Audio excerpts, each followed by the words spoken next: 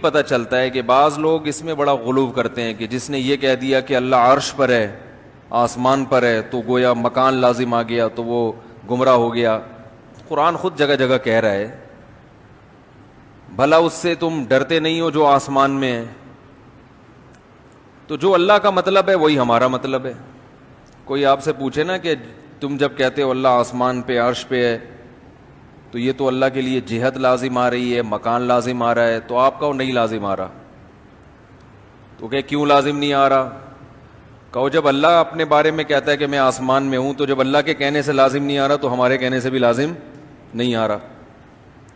تو پھر ممکن ہے وہ آپ سے سوال کریں، آپ سے یہ پوچھیں کہ جب آپ نے کہہ دیا کہ وہ ادھر ہے، اوپر ہے، تو جہت تو ہو گئی، تو آپ کہیں بھائی نہیں ہوئی۔ کہیں کیوں نہیں ہوئی؟ کہیں جب اللہ کے کہنے سے اگر ہو رہی ہے تو پھر ہمارے کہنے سے بھی ہو رہی ہے، اللہ کے کہنے سے نہیں ہو رہی تو ہمارے کہنے سے بھی نہیں ہو رہی۔ تو اللہ اعلم بمرادہ، اللہ نے اپنے بارے میں ہمیں جو بتایا ہے اس کی پوری حقیقت اللہ ہی جانتا ہے۔ ہم تو وہ الفاظ استعمال کریں گے جو اللہ نے اپنے لیے استعمال کیے۔ جو اللہ نے اپنے لیے الفاظ استعمال کیے وہ یہی کہ الرحمن علی العرش استوى، رحمان عرش پر مستوی ہے۔ عرش تخت کو کہتے ہیں، اللہ کا ایک تخت ہے، اس کی حقیقت ہمیں معلوم نہیں ہے، بس وہ ہے کیسا ہے۔ اور من فی السماء، آسمانوں میں ہے۔ اسی طرح حدیث میں آتا ہے کہ ایک باندی نبی کے پاس آئی، آپ نے پوچھا این اللہ، اللہ کہاں ہے؟ اس باندی نے کہا فی السماء، آسمانوں میں ہے۔ آپ نے فرمایا کہ اس کو آزاد کر دو، صحابی کو حکم دیا کہ اس کو آزاد کر دو۔ آپ نے اس سے نہیں پوچھا آسمانوں میں کیسے ہے، کیا بھائی؟ تو عامی آدمی سے بھی جب پوچھا جائے گا اللہ کہاں ہے تو وہ کہے گا بھائی اللہ آسمانوں میں ہے، عرش پہ ہے۔ کیسے ہے، کیا ہے، ہمیں نہیں پتا۔ البتہ قرآن میں کچھ دوسری آیتیں ہیں جن میں آتا ہے وَهُوَ مَعَكُمْ أَيْنَمَا كُنْتُمْ، تم جہاں بھی ہو وہ تمہارے ساتھ ہے، یہ بھی ہے قرآن میں۔ نَحْنُ أَقْرَبُ إِلَيْهِ مِنْ حَبْلِ الْوَرِيدِ، ہم تمہاری شہرک سے بھی زیادہ قریب ہیں۔ بات سمجھ میں آ رہی ہے؟ تو دیکھیں کسی بھی کلام کو نا سمجھنے کے لیے یہ ضروری ہے کہ اس زبان میں اس قسم کے کلام کا کیا مطلب لیا جاتا ہے۔ تو جب بھی ہم کسی سے بات کرتے ہیں، اردو میں بھی جو اصول ہیں وہی عربی میں ہیں اس معاملے میں۔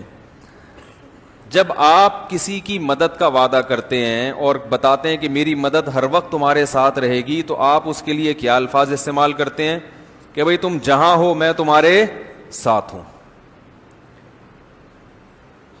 یعنی تم پہ نظر رکھے ہوئے ہوں اور تمہاری مدد کے لیے ہر وقت تیار ہوں۔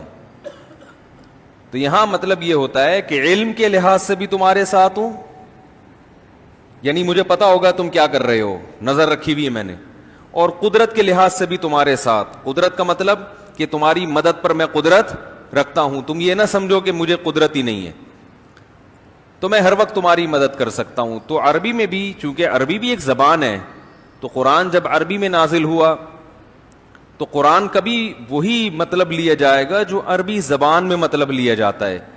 قرآن جب کہتا ہے کہ اللہ کہاں ہے تو اس کا جواب قرآن دیتا ہے عرش پر ہے، لیکن قرآن دوسری جگہ یہ بھی بتاتا ہے کہ ہم ہر وقت تمہارے ساتھ ہیں۔ تو ان دونوں آیتوں میں تطبیق ایسے ہوگی کہ اللہ کی ذات عرش پر ہے، لیکن علم اور قدرت کے لحاظ سے اللہ ہر جگہ موجود ہے، ہر وقت ہمارے ساتھ ہے، یعنی ہمیں دیکھ بھی رہا ہے، سن بھی رہا ہے۔